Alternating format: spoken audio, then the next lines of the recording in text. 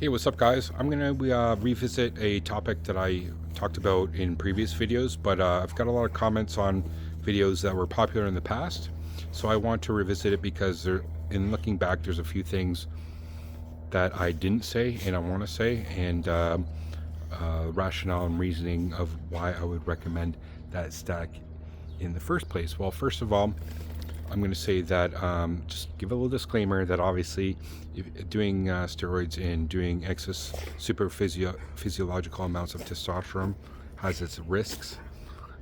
So obviously there's going to be some quote danger involved in that. But here's the thing on my approach, which I do right now, and this is what I try to share with people because I think this is important, is that we want something that's effective, correct?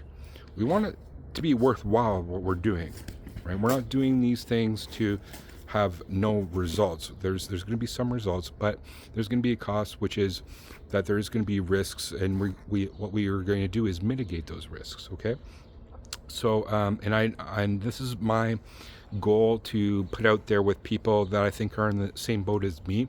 Like, I'm 42 years old right now, and like, obviously I'm not like a huge stacked guy, and that's not my goal. My goal isn't to look like I'm on steroids, to be honest. But the thing is, though, my goal is to, at my age 42, is to make gains. I'm a boxer, is to still push weight, strength gain, and to put on muscle mass in the gym. So maybe you're in the same boat as me, but here's the thing. People have come to me a lot and asked, what is the best cycle I should do? Like, give my advice. Here's what I'm going to do, and what do you think of this? Or they comment on a video that I've said what's the best cycle that I recommend doing, and they say they're either going to do it or not, and they just want my input on that. So I'm going to just lay it out as clear as I can right now, as far as I know. Okay, and again, I don't consider myself an expert, but I'm well knowledge on this topic, and I'm going to share not just my anecdotal experience, but as well experience that I've been taught myself. Okay, so take it or leave it. And I don't want to tell you what to do, but here it is. First of all, you need to have a test base. Okay, if you're a beginner / intermediate steroid user, and granted, you train, like, what's the point if you're not training and your food's on point and things. So the test base is going to be, I'm going to recommend between 300 to 400 as a base. Okay, obviously you could push higher. Obviously there's some modification to this test base, but from my experience, I wouldn't push past 400 because it's just not needed. The reason for the test for being a base is what's coming downstream from them.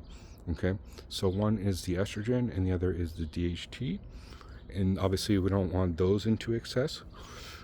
And testosterone in itself is that's why it's a staple, is 100 androgenic, 100 anabolic, is because, and everything else is referenced towards, it does have anabolic compounds properties, which is great, and it has androgenic compounds. But we don't want to just run test only cycles, because that's a very one-dimensional approach to a stack.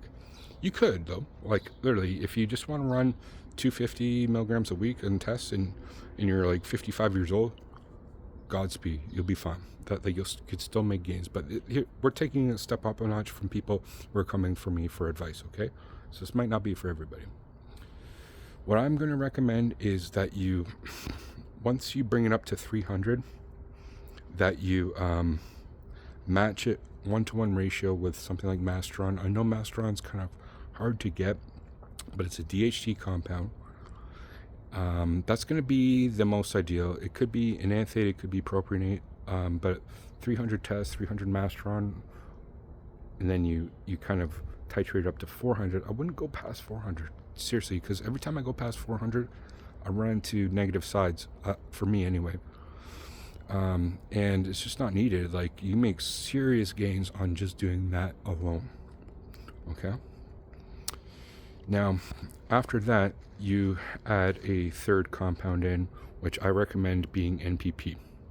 Okay, there's a few options for a third compound, but NPP I think is the most ideal, at around 200 milligrams a week, and then you can titrate it up to 300. I would not surpass 300 though, until, because that's where you're going to run into sides, and it's not going to be safe anymore. It might be effective, but it's not going to be safe. So just that alone on the minimum is going to be 300 tests, 300 Masteron, 200 NPP, okay? NPP is great because it doesn't convert to estrogen like testosterone does. It's a NOR19, but it's very high on the, higher than tests on the anabolic scale. So, and when you do that, what it does as well is kind of fills you out, and it adds strength, particularly in the amount of reps you do. This is what I find personally. Obviously, it adds strength to like your potentially what you can max out, but the most importantly is like when you're, say, on like, for example, if I'm doing like preacher curls or something, I'm just repping them out like crazy when I'm on MPP on this stack. Okay, this is what I recommend doing. And whenever because I have to do blood work every 3 months, based on, because I'm prescribed testosterone. So what I do is I go 2 months on cycle, and then 1 month off, essentially, and sometimes a little bit more off because maybe my hematocrit's a bit too high. But every time I run a cycle like this, my blood work is clean, totally clean, other than maybe slightly heightened on the hematocrit / blood viscosity side of things. But you know, it's kind of better to be on the higher end than the lower end, right, when it comes to things. And sometimes my estrogen's a bit heightened, but that's okay too, because heightened estrogen helps convert IGF-1 to like growth hormone and proliferate new cells as well. Okay, and I'm not doing growth hormone, right? It's my natural growth hormone. But if you did do that, are doing that, that would even be a next level thing. I wish, to be honest, I'm doing growth on top of what I'm doing right now, but it's just not in the budget.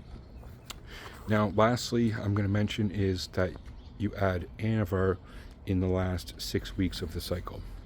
Okay, this is going to be a 3 to 4 month cycle. So like 3 months in, you're going to be running this, okay? And ideally you want your blood work done at some point in time, kind of at the 2-3 month mark, to know if you want to bring Anavar into it. If your blood's looking okay, then what I recommend is adding 20 to 50 milligrams of Anavar into that cycle.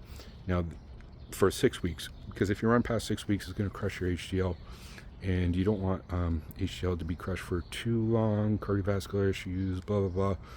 But the thing is, though, like if you crush your HDL for a little period of time, like a month or whatever, it's not going to be the worst thing in the world, to be honest.